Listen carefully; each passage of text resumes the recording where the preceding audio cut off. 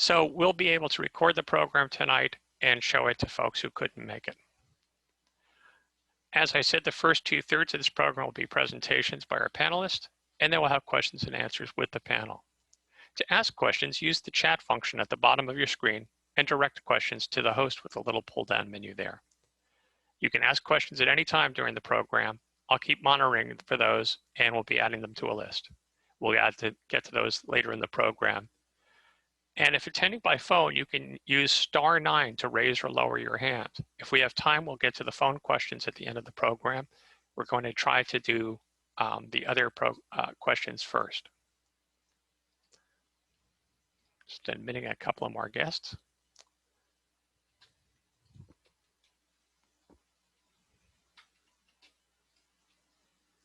Now, our first town hall was in March, just 5 months ago. And look at these numbers. We said then COVID is not a hoax, and it's still not a hoax, folks. In the United States, in March, 102,000 cases had been reported and 295 people had died. Now, 6.3 million cases have been reported and 189,000 Americans are dead. They account for nearly 1 in 5 deaths worldwide. California has 3,800 cases in March and 741,000 today. We had 78 deaths in March and 13,736 as of yesterday. In Mendocino County, we had only 2 cases in March, one of them here on the South Coast, and we had no deaths. Unfortunately, we've had 766 cases now, 17 deaths. And in Sonoma County, our neighbor to the south, 41 cases in March, 6,360 now, 1 death in March, 93 today. Here's a map showing our proximity to other counties. This is not necessarily an indication of the severity. We're actually in the worst category, but I'll let Barb explain that during her presentation. And now I'd like to introduce Barb Brittell. She's practiced rural family practice and emergency medicine as a PA for over 2 decades. Before she came to our wonderful town, she's worked in other remote regions like Antarctica, Alaska, Afghanistan, Haiti, Nepal, and Yellowstone and Denali National Parks. Barb, would you please take it away with your slides?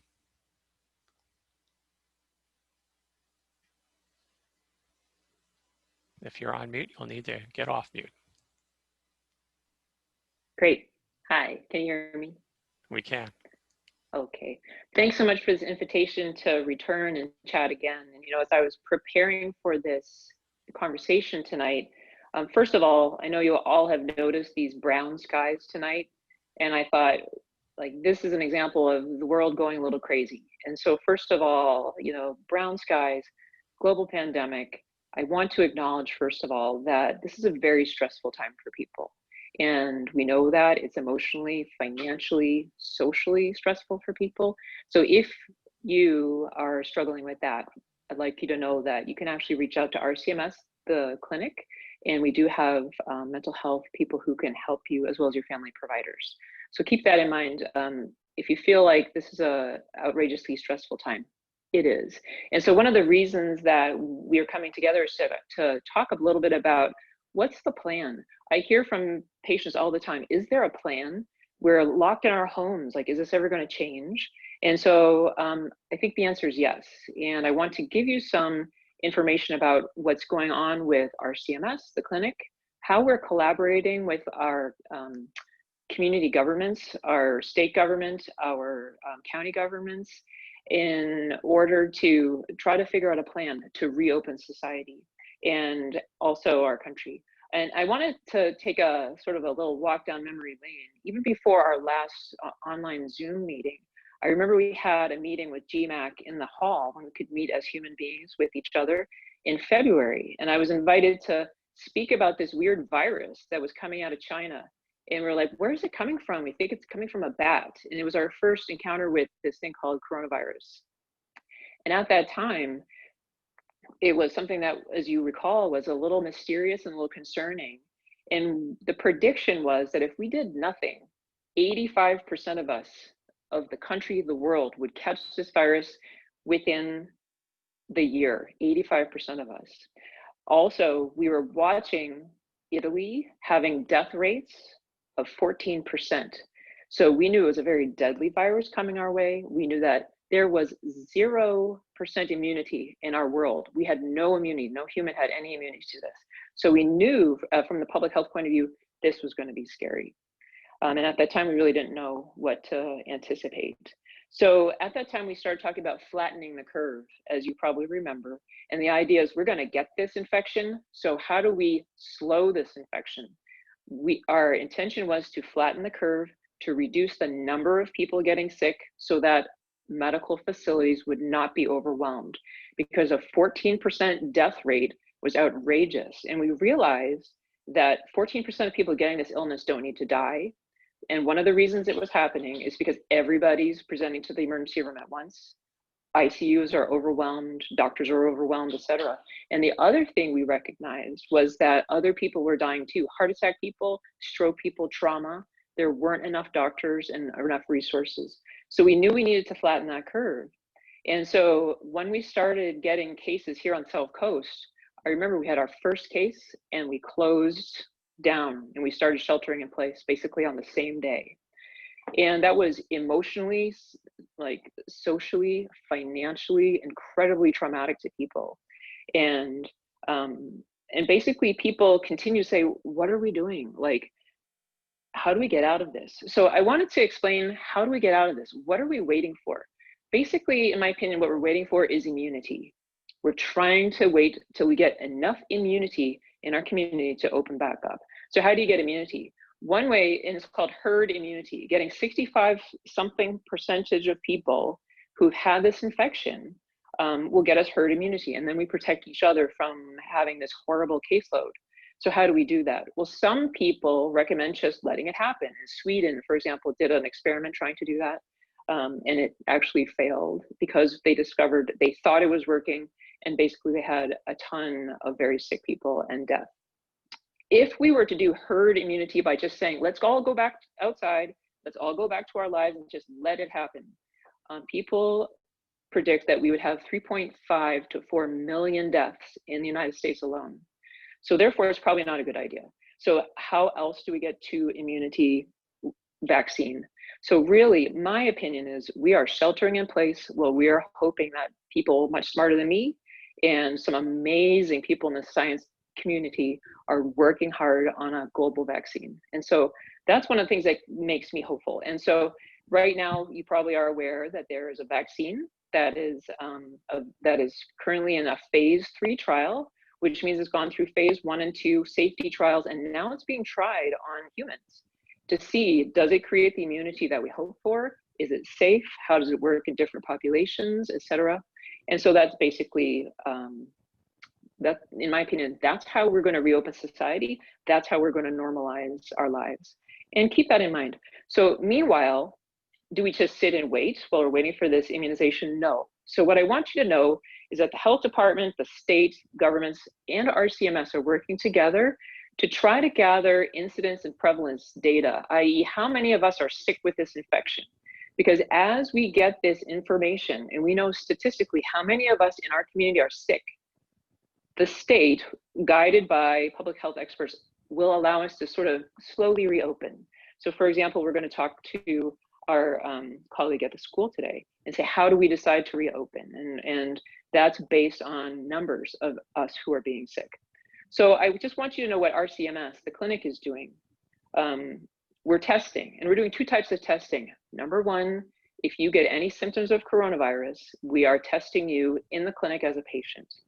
We were having a hard time getting tests. We were having a hard time getting test results back. It was taking 12 to 14 to 16 days to get test results back. Now it's taking 2 to 4 days. So if you come in and you have symptoms of coronavirus, so fevers, chills, cough, shortness of breath, chest pain, nausea, vomiting, diarrhea, loss of taste, loss of smell, we want you to present to us. We want to see you. We want to test you. We want you to quarantine at home so we can find out if you're sick, so we can trace you and the contacts around you and gather these statistics as well as take care of you. So that's one thing RCMS is doing. The other thing RCMS is doing community screenings. And so you'll see those announced. We've done a lot in our parking lot at the clinic. We've done some, we've done one down at Timber Cove. We've done a couple up at Point Arena. And you might say, what's that for? That's looking for asymptomatic carriers, people who are asymptomatic. We know that 40 to 45% of people with COVID will never have a symptom. And I hope that's you if you get this illness. But we also need to know who you are, because you can be walking around getting everybody sick. So we're doing that.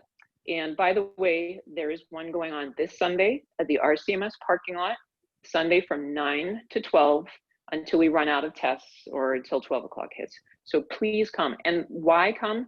Number one, especially if you think maybe I was exposed to somebody, I did something risky, I went to a party this weekend that was kind of silly, I have a friend of a friend who got sick, that's who we can test. Or if you just want to know. It's also very important that we gather this data, because the health department is using our data and putting it into a big database and saying, oh, look, the South Coast only has 3 cases in 100,000. They can open a little bit more. So not only are we taking care of you as patients and trying to figure out who's sick and secretly sick, but the health department is using that data to help reopen society. Finally, I want you to know the other really important thing for you to know about coming to the clinic, seeing your doctor, is that you do not want to end up in the hospital right now while people are having coronavirus. Let us take care of you now, prevent things like heart disease, and control your diabetes, and make sure your lung conditions are controlled, make sure you're immunized, etc. Because we want you to be as healthy as you can be, so that you don't end up in the hospital, and that we make sure that you're as healthy as you can be going into this pandemic, especially as we're entering into September, October, the beginning of flu season, when we know that coronavirus and flu look a lot the same, and it's kind of going to be harder to figure out what you have. And also, if you get coronavirus and then get the flu, that can be very devastating to you. So let us take care of you. And so as part of that, we also like to let you know, in case you weren't aware, that we're very aware that people are concerned about coming to the doctor. We have followed guidelines of the CDC, and we have segregated our clinic into respiratory and non-respiratory parts of the clinic, so that there are, you don't need to worry that you're being exposed to coronavirus if you're coming in for something else. So in our Gualala clinic, we've segregated the clinic, we've created plastic walls, we have a triage system, etc. We also have 2 non-respiratory clinics, our Sea-Watch clinic, which is across the street from the main clinic, and the Point Arena clinic. You can't go in there if you have a single symptom of coronavirus, which is frustrating to people, but therefore we keep you safe. So that's sort of a summary of that. Can you show the first slide? The other thing that I wanted to review with people is how to get some information. And Tom, there's a weird thing in front of my slide. Can you see that? Oh, cool, thanks. So this slide, I just want people to be aware that if you're wondering what the heck is our government doing and what is our plan as a community, and I'm tired of sheltering in place and I want to go out and I want to be back to my life, and what's happening with coronavirus. County of Mendocino, as well as Sonoma County, have a website, and this is just the page of their COVID website, which you could type in COVID Mendocino County and come up to this. And on this website, I just want you to be aware that it exists, that you can come here and get statistics, see how we're doing and ranking with the state. And on the very bottom, there's actually information about how to get COVID screened. So if you don't want to come to RCMS, if you miss one of our screenings, you can click that button and you can get free screening. And it's theoretically free to get a COVID test right now for all Americans. So there's a little button and you can go get free screened in Ukiah, and there's also other resources. So that's what this slide is all about. Next slide. This slide is also, or this also comes from that website. And this is a dashboard that's provided by the Mendocino Health Department that just gives us data about what's going on in the South Coast and what's going on in Mendocino County. And there's similar data that's available to Sonoma County as well. But if you look at this, I just want you to be aware that you can look at this. And we're going to look at some of this data a little bit more in a minute on another slide. But you'll see that there's a breakdown by age, ethnicity breakdowns, and you'll see cases by source right in the middle. It tells you how are people getting coronavirus. And so therefore, some are by close contacts, But the important one that we're looking at is community spread. What community spread means is I have no idea how I got it. And when you start having that, it means it's in your community, it's hiding in your community, it's here. So we need to take this seriously. We need to understand we still need to shelter in place. We need to understand that going to big parties, unmasked, etc., is a dangerous thing to do. Look at that number, it's in the community. And those are the number of people so far in our county that have gotten COVID by community spread.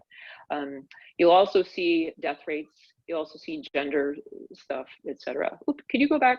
Yeah. The other thing I want you to look at is on the top right, there's the tier. So tier 1 means we're basically closed down as we are now. What we're trying to do as a county and as a state is to advance to tier 2, 3, and 4. In tier 1, for example, we can't open the school. Once we proceed to tier 2, we can, and the next slides will explain this, but this is based on the number of positive cases we have in our community, and the only way we know that is to test. So please come and get tested. It's really important. The other thing I'd like you to see on this slide finally is if you look at the bar graph of North Coast, South Coast, North County, South County, Ukiah, and you see, oh my gosh, look at how many cases are in Ukiah. My opinion is that's probably a selection bias, because do you know where the free testing center is for Mendocino County? It's in Ukiah. So my opinion is increased access to testing would probably show us that we have a lot more cases. Next slide. And this is just the daily numbers of patients who are presenting. As you can see, it starts in March and is proceeding to just, this is past Sunday. You see this sort of logarithmic elevation in numbers. So we're definitely still growing. Next slide. And this is what I want you to understand, that this is our tier level. So the top one, widespread, is tier 1. That's where we're living right now. We have widespread coronavirus in our community, and therefore we're locked down.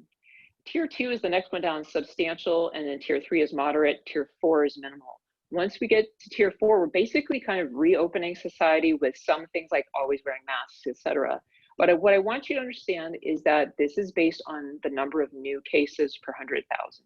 That's what the government is doing based on testing, etc., to help us make decisions about how to reopen. So there's thoughtful science behind how we're reopening. It's not just some sort of random decision. Next slide. The other interesting thing, this comes from the state health department. This is how, what we're seeing with regards to coronavirus, gender, age, and race, ethnicity. What I want you to take from this slide is that basically gender, it's about equal. When you look at age, there's a disproportional elevation in, to take a step back, the vertical line is the number of people that are in that group. The bar line, the horizontal line, is how many people have coronavirus. So for example, under age, you'll see that 18 to 49, that blue line goes past the line, which means that there are more people in this age group getting COVID than should because of statistics. And so that's probably based on our behaviors in young people. And we're, I hate to say it, but being a little irresponsible about how we're engaging with people. The other thing you'll see with regards to race, ethnicity, is the huge disproportion of our Hispanic, Latinx community with regards to who's getting coronavirus.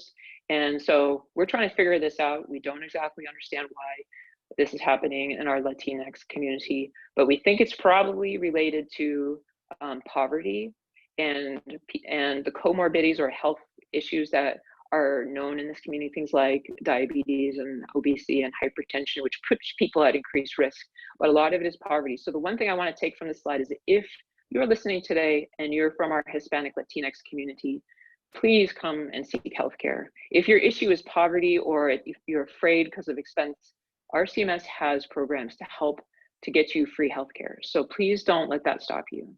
And next slide.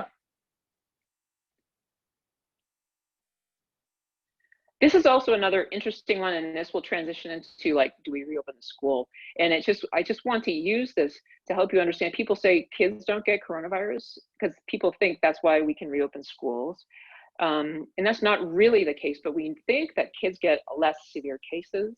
And so if you look at hospitalizations in the first column, death in the second column, and look at the age comparison group, 18 to 28. So if you look at 18 to 28 are the average people. what we see is the risk of hospitalization in 5 to 17 years old is 9 times lower, versus if you go up to 85-year-olds, they're 13 times higher. So what we see, our kids are hospitalized a lot less, and elders are hospitalized a lot more.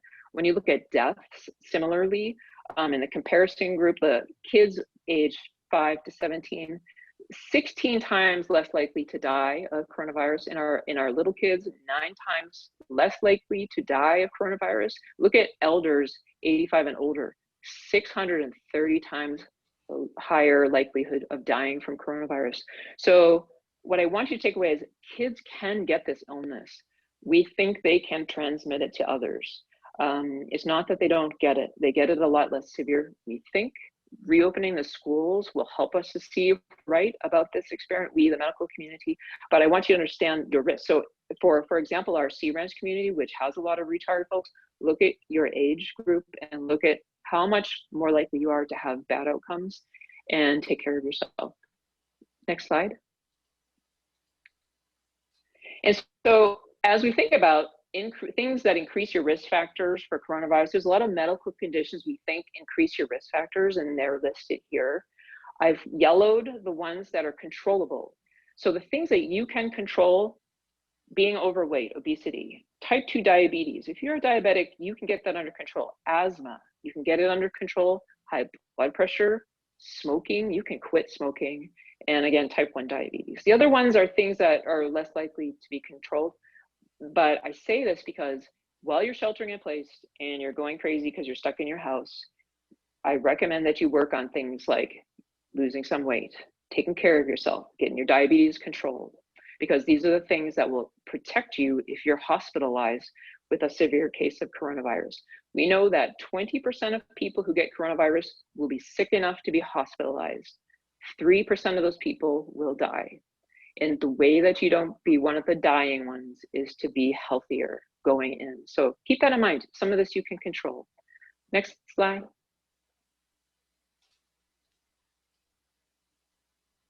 And so basically, things that you can do to protect yourself. This is my final slide.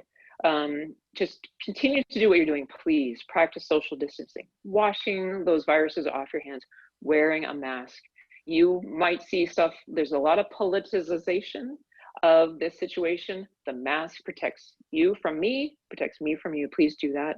And please participate in screening events to see if you're an asymptomatic carrier. Are you sharing this with your grandma? Are you sharing this with your loved ones, etc.? If you can, and you're overweight, lose weight.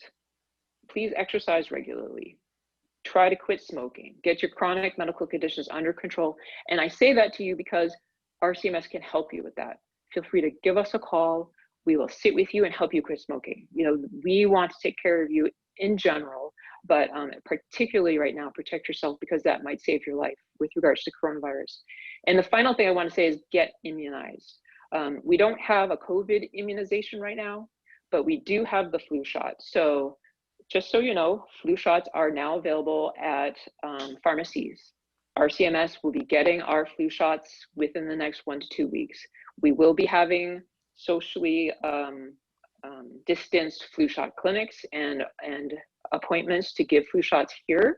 You can also get flu shots at our new Gualala Community Pharmacy, which just opened last week in the Sunstrom Mall. And you can also get them at Arena Pharmacy.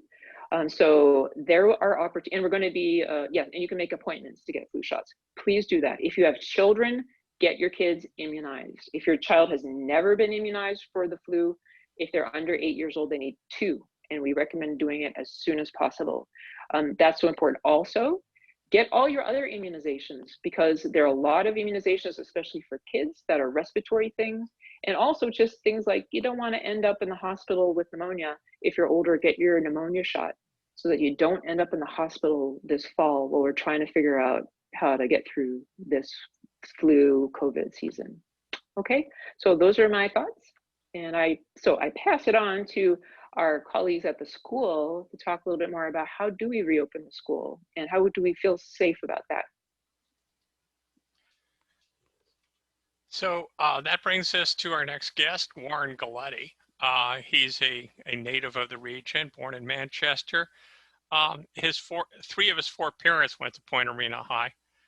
Warren attended high school in Ukiah and Mendocino College and University of San Francisco, but then he came back. He coached ball here. He started teaching. He earned his teaching credential and taught at the high school. He became principal from 2001 to 2013, and then he went on to bigger and better things as superintendent of the Mendocino County schools. During the time he was gone, in those 5 years, we had 5 different superintendents. Warren came back. He's our own Mr. Back Cotter. So I want to welcome him and have him speak for a while. Warren? Thank you. Thank you for having me. And, you know, I appreciate the work that each and every one of you do. It's challenging times, without a doubt. So, you know, the process, we are isolated here on the coast, but we're certainly not alone. You know, right after we had our drive-in graduations in June, first and foremost, I should say, back in March when we made a decision to close, that was on a Sunday. All the superintendents in the county were on a conference call with the public health officer, Dr. Duhan. And we made a collaborative decision there to close in March, and we remain closed. And every decision we make is based on not just the health of our students. Many will say the students will be okay. It's based on the health of our students, our staff. We have high staff that would be considered high risk, and our community as a whole. So we have to make a decisions based on the health and safety of our community as a whole. And I'm proud to say that to this point, we have done so, and we will continue to utilize that process. So after graduation, we sent out surveys in early June to our families and some community members on what they preferred, the method of reopening in late August. And, you know, at the time of the survey, some were, about 50% were pretty comfortable.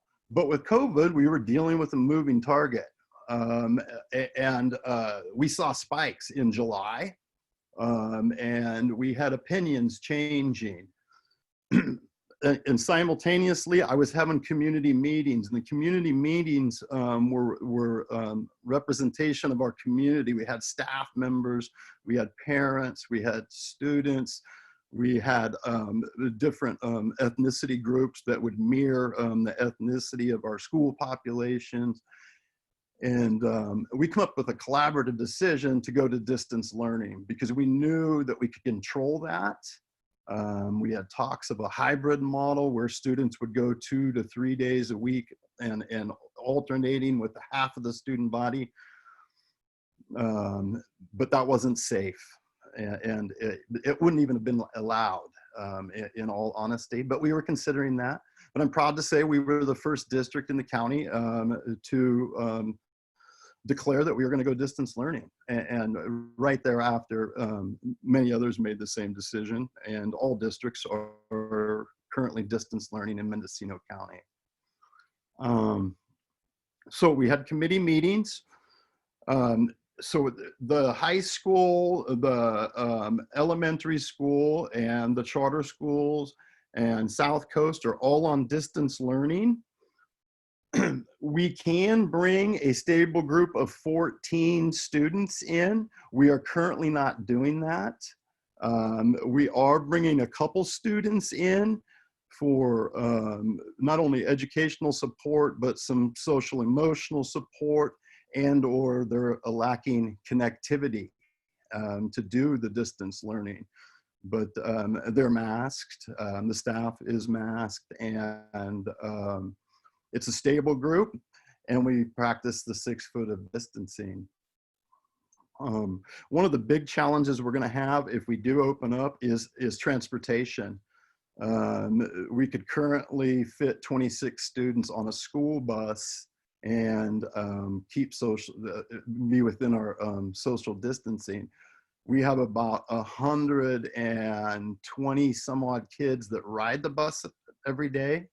So we would be cutting that way back. So we'll have to, that'll be a challenge if we're under the same orders. Our focus right now is the younger kids. We're very concerned about the younger kids with distance learning, building rapport with their teacher. It's very important that they do so. I know the teachers are working on engaging them, making them feel comfortable, and trying to support families. We're worried and concerned about our English learning population. Distance learning is very difficult on our EL students. We have an ELD teacher who is providing support on a one-on-one basis with those students. And then we have students with IEPs, individualized education plans. It's a real challenge for them, and we're working through those hurdles to provide the best possible education we can.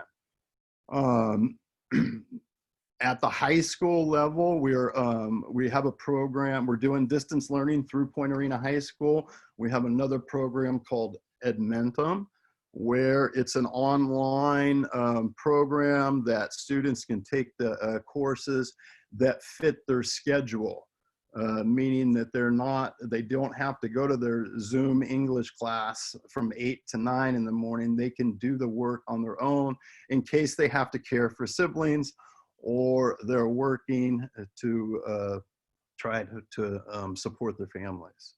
So that is an option. Some students have opted to take a couple elective courses. There's electives in the medical field that we don't offer at Point Arena High School, but Edmentum does. That's just an example. So that is an opportunity. The social emotional piece, very concerning during this time, because we're small, we know the students, that one-on-one interaction, that connection is very important, and that's missing right now. We are trying to identify students that need support and provide support within the system or with agencies outside who can provide some counseling support.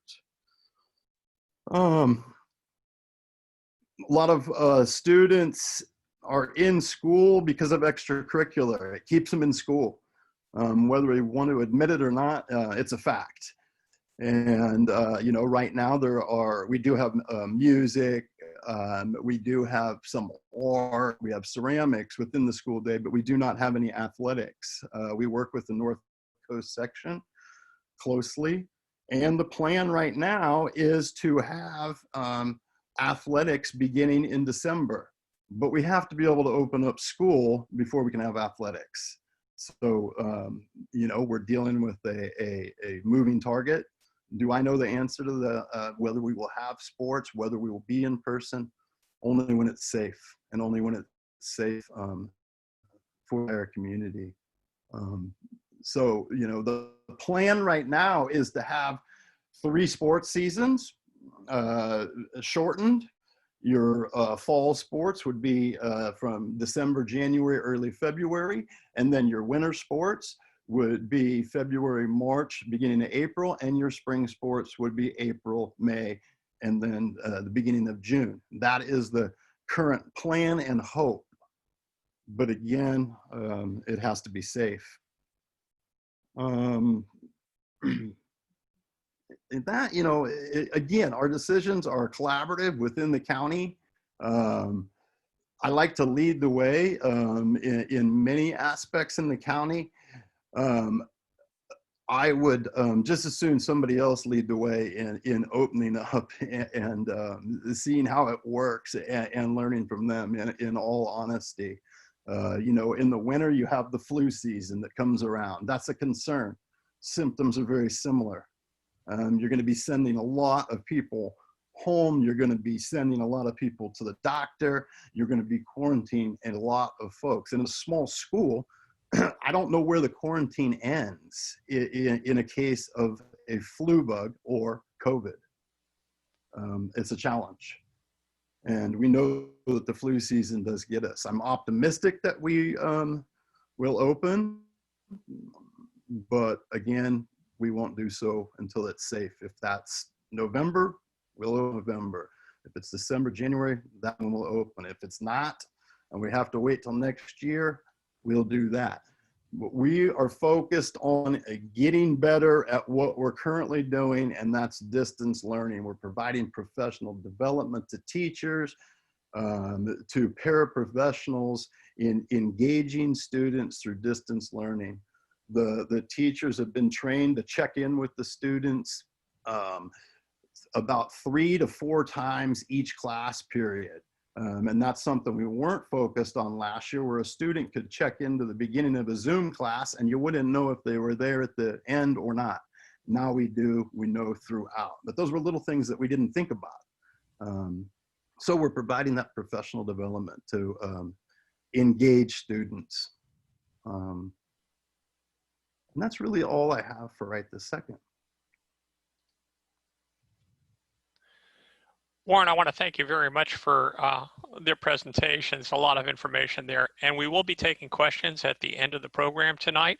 We're running a little bit late, and that's just fine with me because there's good information being exchanged here. If you'd like to ask a question, please use the chat function at the bottom of your screen. We haven't gotten any questions yet, so you have an excellent chance of getting your question answered. And I also wanted to repeat that we are going to record this program tonight and put it up on the GMAC YouTube channel so that other folks can watch it. I'm going to start sharing a screen again because I want to introduce our very great sheriff, Matt Kendall. And Matt has been with the Sheriff's Department for 3 decades now. He started as in the jails at the age of 21. And he has served part of his time on the Mendocino coast as a deputy. He took over as sheriff from Tom Allman last December when Tom retired, and is serving the remainder of Tom Allman's term, and has already thankfully agreed that he's going to run for re-election. I have to say, I've met a lot of sheriffs in my day through my work. And I think Matt Kendall's probably the most compassionate sheriff, in fact, probably the most compassionate lawman I've met in my 40-year career. So with that, I'd like to turn it over to the sheriff. Thank you, Tom. Can you hear me? We can, and we can see you, Matt. Thanks for getting a little bit of light on you. You're a little dark, but we understand that tonight. It's a pretty dark night out there.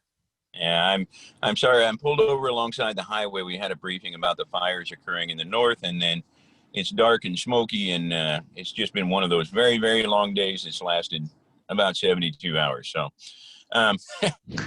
so what I'd like to discuss a little bit is the enforcement of the COVID orders, the direction that Sheriff's Office is taking this and working with Mendocino County, and also, you know, some of the unintended consequences that we're trying to deal with, working together. The doctor and Warren both brought up some very good points about our social beings and some of the stresses that are going on in this life right now. So when this first began, we luckily, I'm constantly concerned. I have a jail where there's normally 300 souls who really don't want to be there. And when you grow up in the county, you know, like I did, I have a lot of folks in jail who are people I grew up with. I know their families, things like that. And so we've got to constantly be concerned about their safety in there. In January of this year, when the coronavirus first popped up in Wuhan, China, we had a meeting with Dr. Dewan, myself, the jail commander, and jail medical. And we began putting together some protocols that were a little over the top. However, you know, we wanted to treat it like it was any other outbreak. We don't want the flu in the jail. We don't want tuberculosis. And that's been a problem in custody settings in the past. A couple of years ago, we had chicken pox in the jail, which is pretty dangerous as an adult. And so we've had a few little hurdles that helped us to get ready for what we're facing now. Currently, we've had 2 cases of coronavirus or the COVID-19 in the jail. Both of them were brought in by people who were brought from out of the area, from other jurisdictions who had warrants. So we began working very, very hard to make sure that our protocols were in place that we don't spread that in custody. Now, when the pandemic first began to hit Mendocino County, we worked very closely with our local judges to make sure that we were meeting the needs and not booking people into jail that did not need to be there. We work with the judiciary, and we are only taking in violent crimes and sobering, basically, because sobering often, if you don't sober someone, it can turn into violence. It's one of those steps that we often take to prevent violence. The other issue is constantly, we've got to weigh out the health and well-being of the entire community, as well as the health and well-being of the person who's being arrested and those folks who work for me inside of the custody setting. And so far, we've been walking on a razor's edge, but I think that we're doing a good job. Some of the unintended consequences are with the schools being closed and various things like that, children need to be in contact with teachers, with coaches, with those people, because those folks are mandated reporters. And I can tell you that a huge portion of our child abuse cases come from a young person opening up and speaking to one of those people in their lives. And often it's a teacher, it's a coach, it's a mentor. And we're seeing the child abuse mandated reports drop dramatically. I looked at some statistics from May, and we had 254 cases reported in May of 2019. We had 104 reported in May of 2020. So, excuse me, that's about a 60% decrease. I'm sorry, it's very smoky where I'm at right now, but it's just about a 60% decrease in those reports. And so, we've been trying to work with the schools. We've been trying to work with everyone that we can to make sure that these kids still have that good contact and that good interaction, even if they have to do it through social distancing. Now, the original health orders, when they came out, were misdemeanors. When it went to masking and things like that, we've been able to move it into that infraction realm. We have a huge backlog of cases that are going to be before the district attorney and before our judges and the defense. And I think that our approach regarding education and reinforcement of the education has been a good one. And the way that I can quantify that is, when we started out on this, we may get 25 calls in a day regarding social distancing and masking. However, working with several groups to get masking flyers out, to get education out, I was able to put a couple of our bailiffs on duty, mostly on the coast, to get education and some enforcement out also. That has worked its way into now, in the last 2 weeks, I got a report from Lieutenant Digert, who's the coastal commander. We only had 7 calls regarding this in 2 weeks, down from, roughly 20 a day. And then a month ago, it was roughly, actually 6 weeks ago now, it was roughly 12 a day, and now 7 in 2 weeks. And so we know that we're getting somewhere. Flattening the curve is, I think an extremely important thing. We can tell based on the science that we're actually doing that. I think that just like anything else, time will tell, and we will see where we're standing. And hopefully we can look back on these moments and say, we did the right thing. And I think Mendocino County is faring well for a lot of different reasons. One of the main reasons is, of course, we're not stacked on top of each other like a lot of places with massive populations. But another portion of it is, people in Mendocino County, we know each other. We know our neighbors. We look out for each other. When there aren't a lot of resources to go around, we find ways of making it happen due to the fact that we have a duty to each other. We don't get that clinical detachment that you could get in other areas with large populations. Anyway, currently, we've written a few citations for the masking, and they were people who absolutely refused to mask up. And I think that those were a good stern warning to say, you know what, this is real.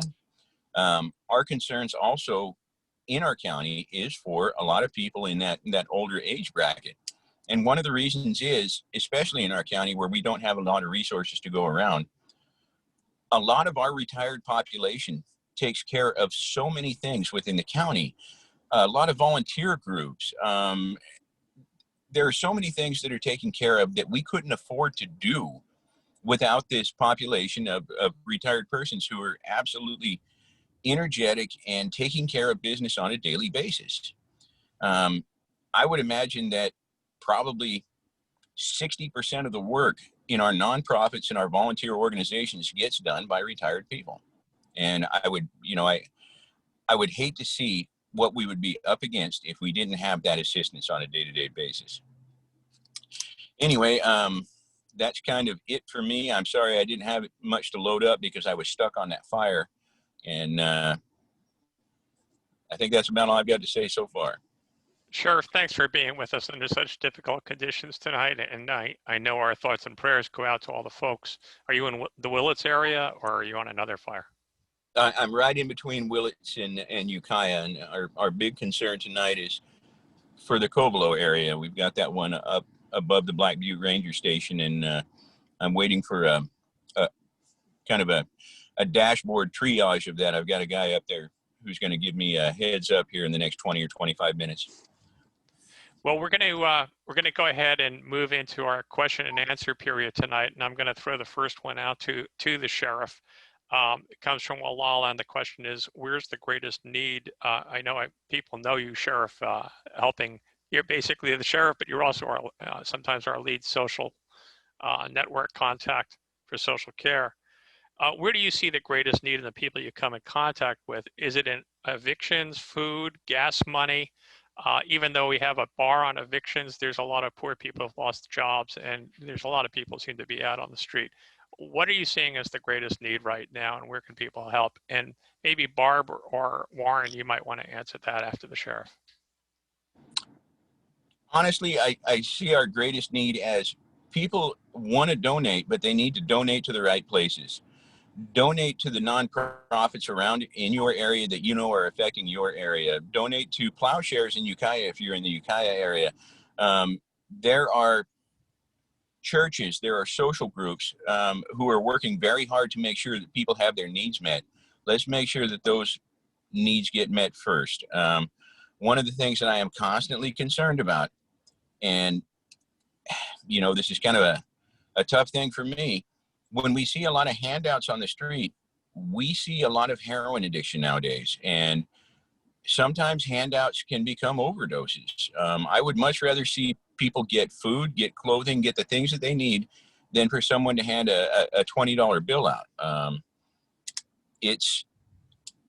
Our overdoses have been through the roof lately. And to be honest with you, if we hadn't received the Narcan nasal injection spray that we received, we would see a lot more of them right now. We've had, my goodness, in the last year, I would imagine somewhere between 15 and 20 Narcan saves.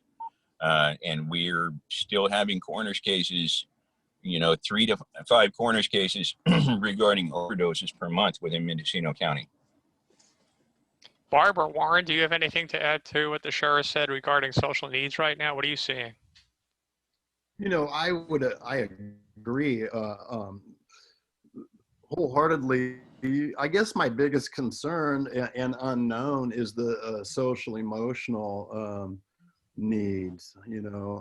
As Sheriff Kendall had mentioned, that rapport piece, that whether it be with a teacher or a coach or an aide, oftentimes if a kid is struggling at home or within the community, they have that opportunity to take a moment to talk to an adult that they trust. And that opportunity is missing right now. It's very difficult for a student to hang back and talk to a teacher or an adult in a Zoom meeting. So, I'm concerned about the social emotional needs of our young folks in the community.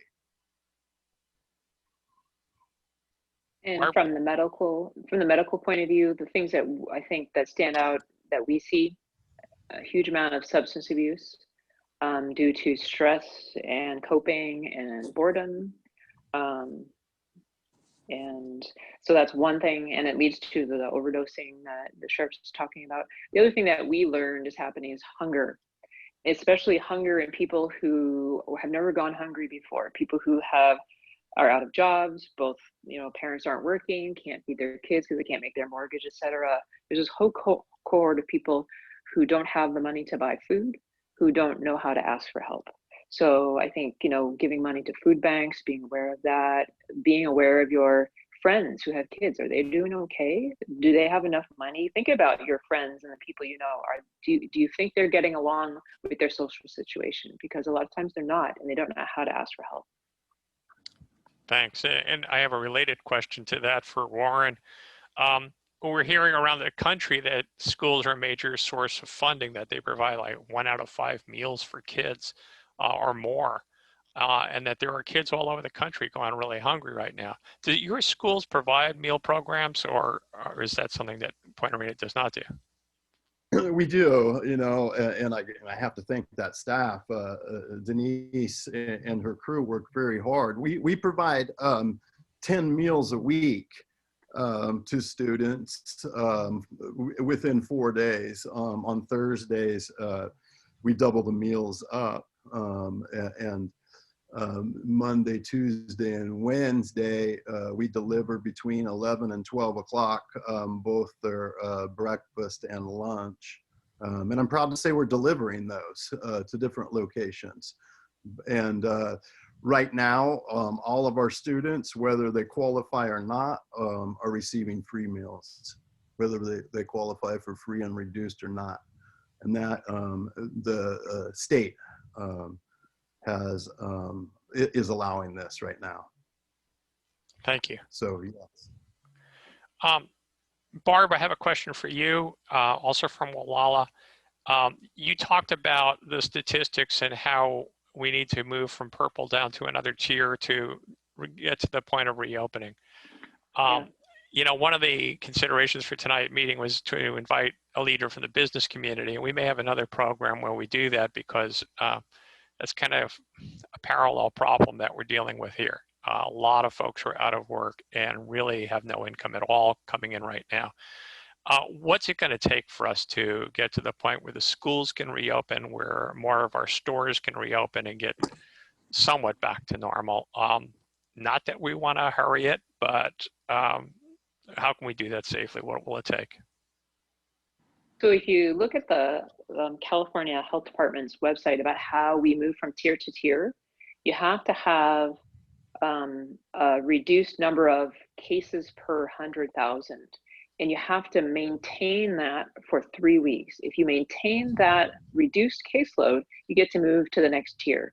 And so one of the slides I show you, if you ever wanted to go back and check it out for yourself, look at the 4-tiered system for California, and you'll see it's all based on number per 100,000. So as we creep down into this number I have in front of me here.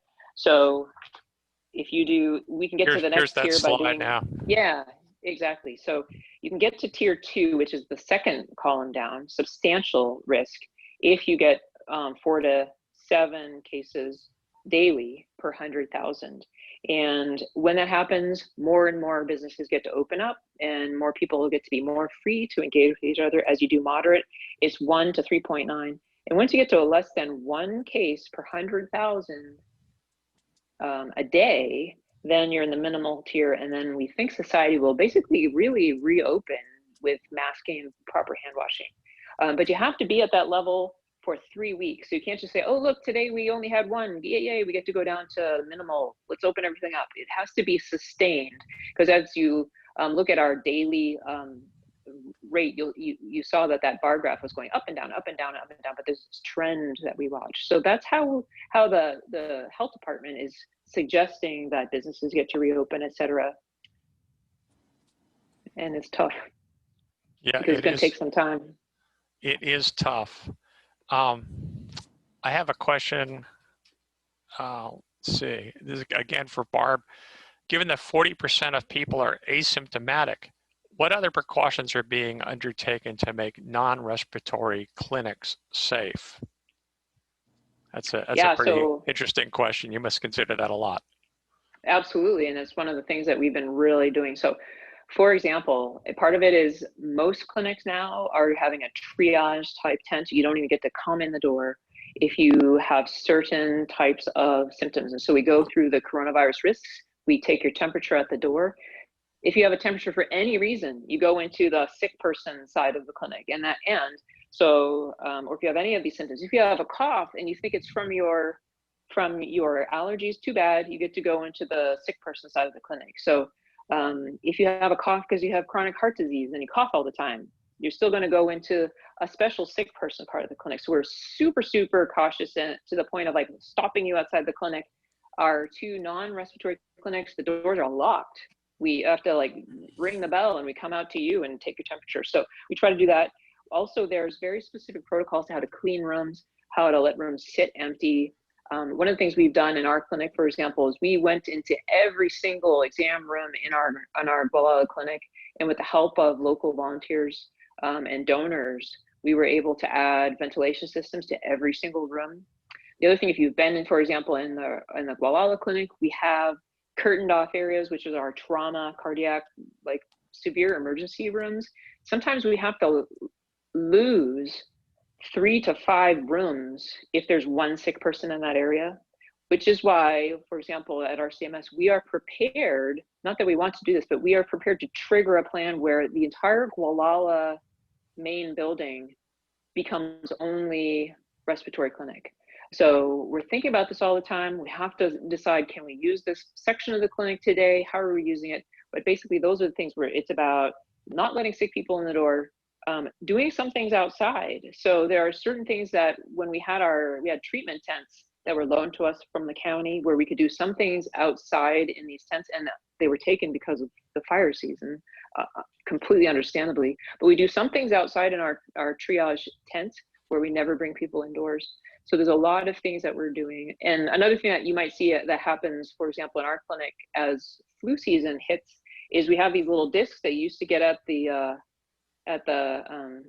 bars and things that say your table's ready, and they buzz and they blink. And so basically you'll come in, you'll say, I have this problem. We're going to hand you a disc and say, go sit in your car. We'll buzz you when we have a room. And so there's a number of the sort of engineering things we have done to try to make things safer. Barb, another question, again from Gualala, is about the testing. I think everybody appreciates that you're doing testing programs, but there has been concern about the amount of time it takes to get the results back. We hear certain people in Washington say, everybody can get testing all the time, getting results back, we've cut that time way down, and yet we still hear it takes a couple of weeks to get results back. I'm wondering if you can comment on that, what's going on.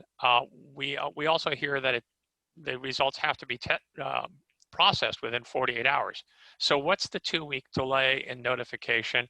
And when that occurs, there's, I think, still a public health benefit for statistical purposes, but what is there a benefit to a patient who finds out 2 weeks later that they didn't have COVID 2 weeks ago?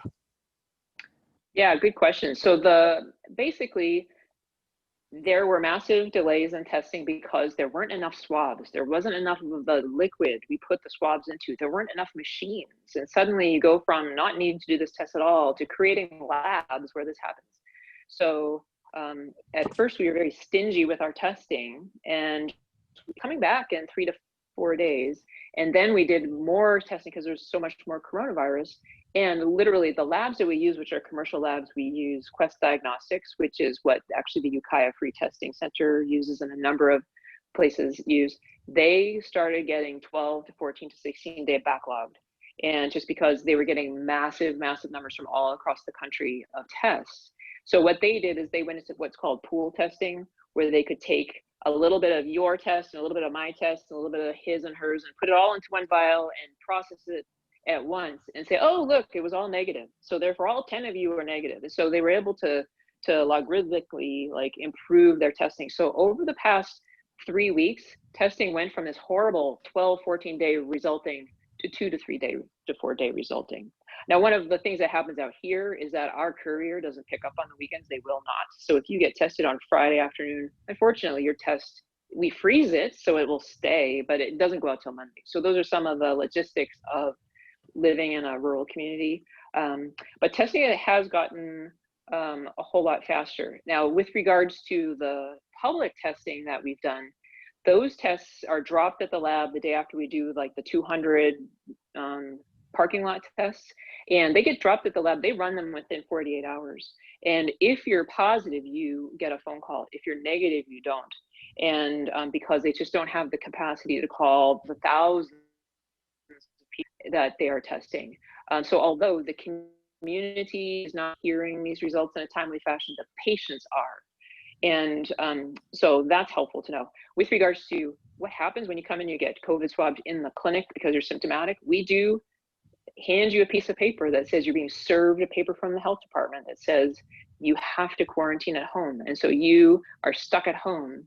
And I can tell you, we've had patients super frustrated by that. And nevertheless, on day like 13, when you're like, my quarantine is 14 days, I got my results on day 13, it was positive.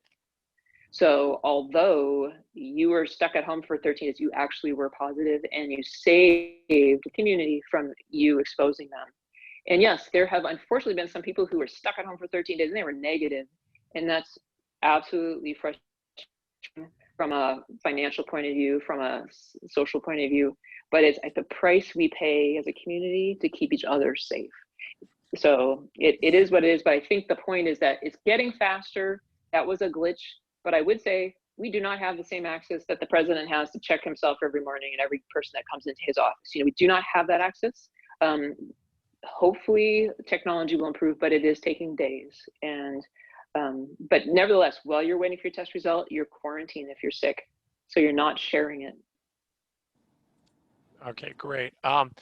Before we stop, that's our last question, but Harm asked me to remind people about the CalFresh program for families who need food, and they can get access to that through RCMS. So if that's a need in your household, by all means, step up and ask that question. I think that concludes our program tonight. So I'm going to just thank our guest for being with us on behalf of GMAC and the Gualala and South Coast community. I want to thank Warren and Barb and Matt for taking time today, especially the sheriff. Be careful out there, Matt. I want to remind everybody in our community, please wear your mask, wash your hands, stay away from each other, take a little distance. It's good for us all. And don't take any chances. If you need any contact information, here's some phone numbers and some email addresses. This program is being recorded and will be repeated as soon as possible through the YouTube channel for the Gualala MAC. You can find it on YouTube under Gualala MAC. And if you have any doubts about that, write to me at gmac95445@gmail.com and I'll make sure you get it. And I'll just go to one more slide to thank you again for being with us tonight. That concludes our program. And we hope to see you next time. We'll be doing more of these. And when we do, we'd like your suggestions. So if you have a suggestion for a town hall, I'd like to hear about it. I'm currently, on behalf of GMAC, looking into some issues like housing and homeless. We're looking at the Streetscape program and are considering a town hall about that next month. So please get in touch with us and I'll be glad to talk to you about it. Just email me, gmac95445@gmail.com. I'm Tom Murphy. Thanks again to our guests and thank you all for being with us tonight. Good night. Thank you, Tom. Thank you. Thank you. Bye. Good luck, Matt. Hey, thanks a lot, Warren. You take good care. You too. You too, Sheriff. Bye, guys.